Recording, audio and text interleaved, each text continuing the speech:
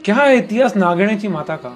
ये बात बहुत पुरानी। एक बार राव धुवड़ अपने ननियाल जाते हैं और अपने मामा का बड़ा पेट देख बहुत हंसते हैं। तब उनके मामा तंज कसते हुए कहते हैं कि तू मुझ पर क्या हंसता है, दुनिया तुम पर हंसती है, तुम्हें अपने कुल देवी के बारे में ही नहीं पता है। ये बात राव धुवड़ के दिल में लग जाती है और वह कुछ समय बाद एक जंगल में जाके बहुत तपस्या करते हैं और देवी को प्रसन्न करते हैं। देवी से पूछते हैं कि हे देवी, मेरी कुल देवी कौन है और कहाँ मुझे उनकी मूर्ति मिलेगी?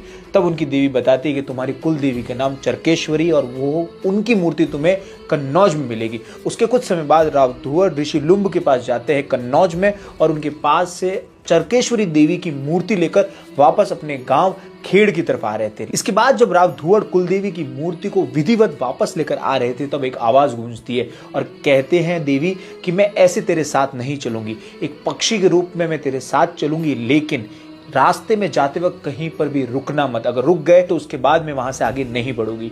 राव धुवड़ आगे बढ़ते और फिर वे नागाना गांव में आकर रुक जाते हैं क्योंकि वो बहुत बुरी तरीके से थक चुके थे और एक नीम के पेड़ के नीचे सो जाते हैं। लेकिन अचानक उन्हें देवी की बात याद आती है और वे जब ऊपर देखते हैं तो नीम के पेड़ पर वो पक्षी बैठे हुए थे और उसके बाद उन्होंने कहा कि अब मैं यहाँ से आगे नहीं बढ़ूंगी। उसके बाद राव धुवड़ माता से पूछते हैं कि मेरे लिए क्या आज्ञा है? तब माता कहती है कि अगले दिन मैं जमीन में से आऊंगी, लेकिन एक बात का याद रखना कि कोई भी हाके नहीं। हाके का मतलब है कि गायों को चराते वक्त जिस तरीके से हाकते हैं तो ऐसी कोई भी ध्वनि नहीं आनी चाहिए। राव धुवड़ इस बात का ध्यान रखते हैं और अगले दिन एकदम से बिजली कड़कने लगती है और माता धरती में से प्रकट होने लगती है मूर्ति के स्वरूप में।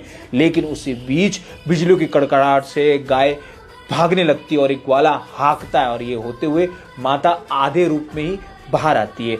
और वहीं राव धुवड़ नागाना गांव में माता का मंदिर भव्य बनाते हैं और तब से ये राठौड़ वंश की कुल देवी है। नागणेची माता की जय हो।